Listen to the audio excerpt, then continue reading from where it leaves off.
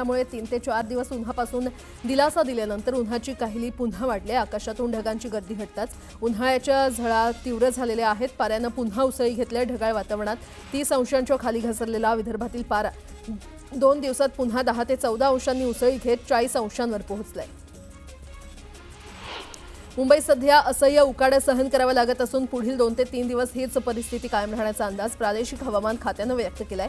गेल्या काही दिवसांपासून प्रचंड उकाडा, उन्हाच्या झळा आणि काहिली यामुळे मुंबईकर अक्षरशः पोळून निघाले।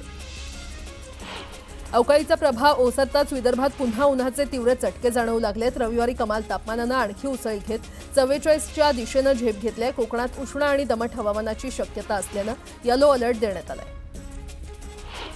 राज्यात उन्हाचा तडाखा वाढतोय। उकाड्यानं नागरिक हैराण होत आहेत। अनेक जिल्ह्यातील तापमानानं 40शी ओलांडलेली आहे आणि या वाढत्या उष्णतेमुळे राज्यात गेल्या महिन्याभरात 30 जणांना उष्माघाताचा झटका बसलाय। मुंबईत उष्माघाताचा एकही रुग्ण आढळला नाहीये।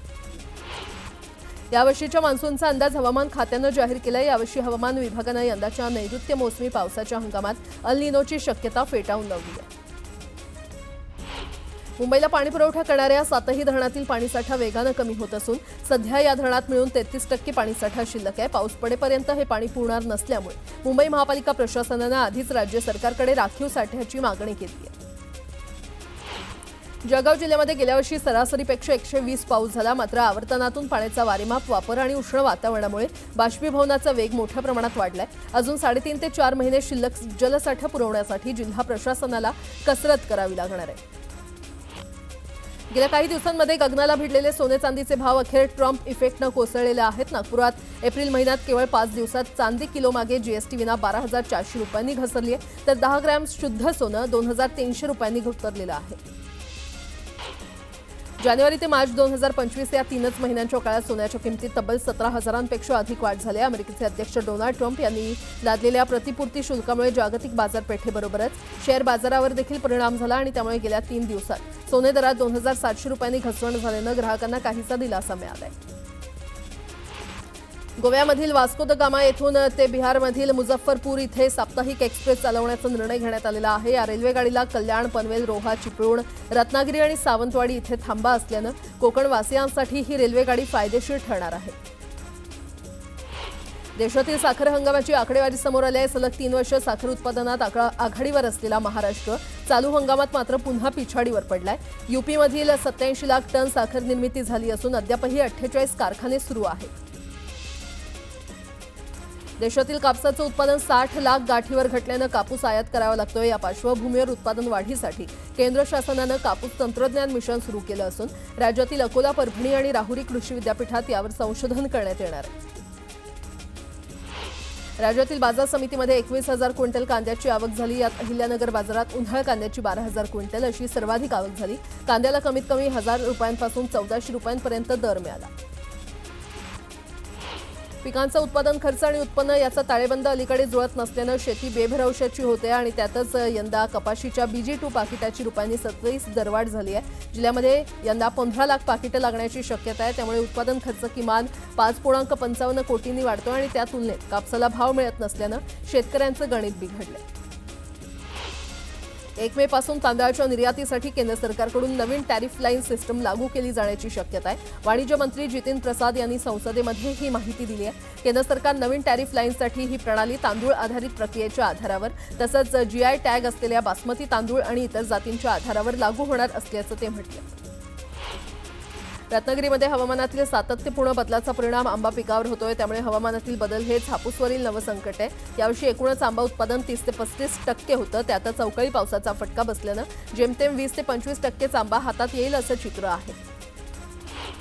माजी खासदार किरीट सोमय्यांनी मुंबईच्या गोवंडी भागातील 72 मशिदींमध्ये बेकायदेशीरपणे लावलेल्या लाऊडस्पीकर विरोधात पोलिसात तक्रार दाखल केली आहे। किरीट सोमय्यांनी शनिवारी शिवाजीनगर गोवंडी परिसराला भेट दिल्यानंतर हे पाऊल उचललं। मुंबई गोवा राष्ट्रीय महामार्गावरील करोडी येथील दोन्ही बोगद्यात पाणी गळती लागली आहे। राष्ट्रीय महामार्ग विभागाच्या अभियंत्यांसमोर ही गळती थांबवण्याचं आव्हान सुरू असून येत्या 2 महिन्यात ही गळती बंद करू असा विश्वास राष्ट्रीय महामार्ग विभागाला आहे। करोडो रुपयांचा खर्च करून देखील गळती थांबत नसल्यानं वाहन चालकांना मात्र त्रास सहन करावा लागतोय। अलमट्टी धरणाची उंची वाढवण्याबाबत सर्व संबंधित राज्यांची 15 दिवसात बैठक घेण्याचं आश्वासन केंद्र सरकारनं कर्नाटकच्या शिष्टमंडळाला दिलेलं आहे. आंध्र प्रदेश, तेलंगणा आणि महाराष्ट्र या चारही राज्यांचा या धरणाची उंची वाढवण्याला विरोध असल्यानं अलमट्टीचा वाद पुन्हा एकदा उफाळून येण्याची शक्यता आहे. लातूर जिल्ह्यातील उदगीर ग्रामीण पोलीस ठाण्याच्या हद्दीतील एका म्हशी चोरणाऱ्या आरोपीनं चांगलाच उच्छाद मांडला होता. गेल्या 2.5 वर्षांपासून तो पोलिसांना गुंगारा देत होता. मात्र पोलिसांनी या आरोपीची माहिती मिळाल्यानंतर आरोपी अशोक हा एका मोठ्या गटारीत जाऊन लपून बसला होता. पोलिसांनी त्याला त्या गटारीतून बाहेर काढून रेल्वे स्टेशन परिसरातील कार वॉशिंग सेंटरवर नेलं आणि तिथे त्याची ही अशी अनोखी धुलाई केली. सिल्लोड येथे श्रीराम जन्मोत्सव सोहळा उत्साहात पार पडला. शहरातील श्रीराम मंदिरात दिवसभर धार्मिक कार्यक्रमाची रेलचेल पाहायला मिळाली. संध्याकाळी श्रीराम जन्मोत्सव रामनवमी निमित्त शहरातील त्रिवेणी गल्ली भागातील श्रीराम मंदिर इथून दरवर्षीप्रमाणे भव्य शोभायात्रा काढण्यात आली. वणीगडावरील सप्तशृंगी देवीच्या चैत्र उत्सवासाठी हजारो भाविकांमध्ये जथ्थे आज वणीगडाकडे रवाना झालेले आहेत. चैत्र उत्सवासाठी खानदेशातील हजारो भाविक पायी हे वणीगडाकडे जातात. 4 दिवस पायी प्रवासानंतर चैत्र पौर्णिमेला हे सर्व भक्त सप्तशृंगी देवीचं दर्शन घेऊन आपापल्या गावाकडे परतत असतात. खानदेशाची आराध्य दैवत म्हणून ओळख असलेल्या गडावर जाण्यासाठी भक्तांचे जथ्थेच्या जथ्थे पायी गडाकडे रवाना झाले. परभणी शहरासह जिल्हाभरात रामनवमीचा उत्सव उत्साहात साजरा करण्यात आला. शहरातील प्रमुख रस्त्यावरून काढण्यात आलेल्या मिरवणुकीमध्ये आकर्षक देखावे सादर करण्यात आले. पुण्यात देखील रामनवमीचा मोठा जल्लोष पाहायला मिळाला. शहरातील विविध भागात यावेळी पारंपरिक पद्धतीनं शोभायात्रा काढण्यात आली होती. अनेक मंडळांनी यावेळी प्रभू श्रीरामाची भव्य प्रतिकृती साकारली. रामनवमीनिमित्त गोंदियातील गोरेगाव आणि आमगाव तालुक्याच्या सीमेवर असलेल्या मांडोदेवी देवस्थान इथे सामूहिक विवाह सोहळ्याचं आयोजन करण्यात आलं होतं. या सामूहिक विवाह सोहळ्यामध्ये 137 जोडपे विवाहबद्ध झाले. पुणे जिल्ह्यामध्ये तळेगाव दाभाडे इथे मारुती मंदिर चौकात रामनवमी मिरवणुकीमध्ये अतिउत्साह तरुणाच्या अंगाशी आला. मल्लखांब प्रात्यक्षिकावेळी तरुणाचा चेहरा भासला. पुण्याच्या नानापेठमधील पारेखवाड्याला आग लागली. अग्निशमन दलानं तासाभरात आगीवर नियंत्रण मिळवलं.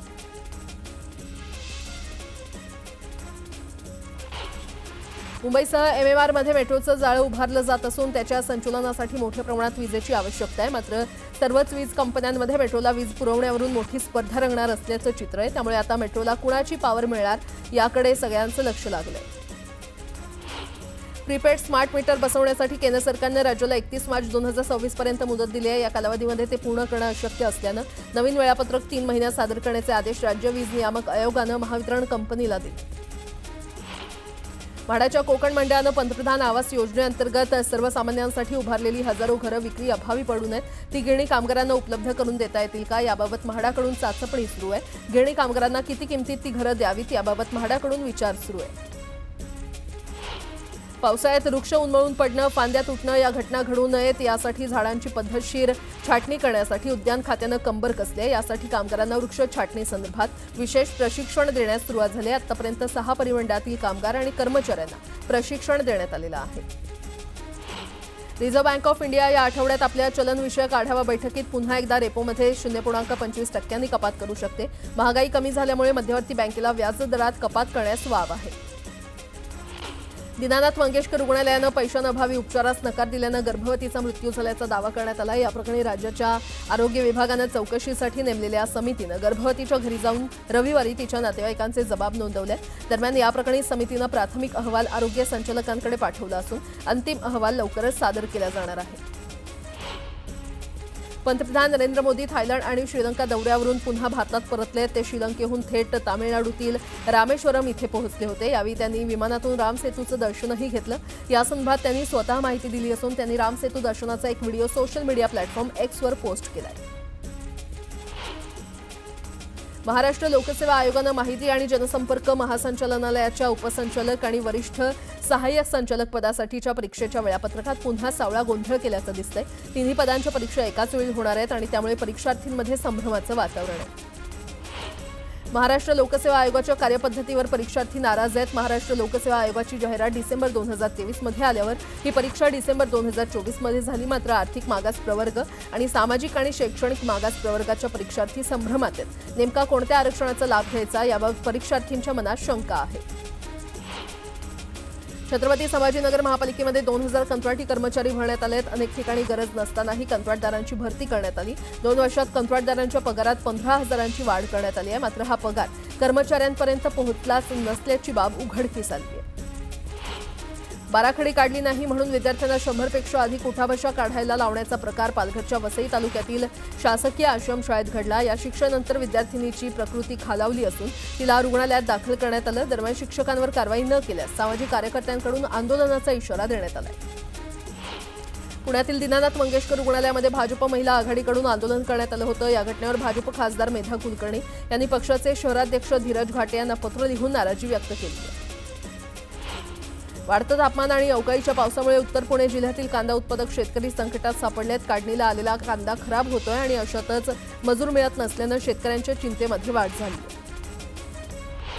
संगमनेर तालुक्यामध्ये नाशिक पुणे महामार्गावर वाहतूक कोंडी झाल्यानं वाहनांच्या लांबच लांब रांगा दिसून आल्या. वाहतूक कोंडीमुळे वाहनधारकांना मनस्ताप सहन करावा लागला. बीड जिल्ह्यामध्ये गेल्या 2 दिवसात वादळी वाऱ्यासह पाऊस झाला. या अवकाळी वादळी पावसात आंब्याचं मोठं नुकसान झालंय. जिल्हा प्रशासनानं पंचनामा करून आर्थिक मदत जाहीर करावी अशी मागणी आंबा उत्पादक शेतकऱ्यांनी केली आहे. अकोला जिल्ह्यामध्ये वादळी पावसाचे ढग निवळल्यानंतर कमाल तापमानात पुन्हा वाढ झाली आहे. हवामान खात्याकडून तापमानाचा येलो अलर्ट देण्यात आला होता. अकोल्यामध्ये सर्वाधिक तापमानाची नोंद 43.2 अंश इतकी करण्यात आली आहे. सिंधुदुर्ग जिल्ह्यामध्ये आजपासून 9 एप्रिल या 4 दिवसांच्या कालावधीमध्ये येलो अलर्ट वर्तवण्यात आला आहे. मागील काही दिवसांपासून हवामान खात्याचे सर्व अंदाज तंतोतंत खरे ठरत आहेत आणि यामुळे सिंधुदुर्ग जिल्ह्यातील आंबा, काजू, केळी बागायतदार शेतकरी अडचणीत सापडले.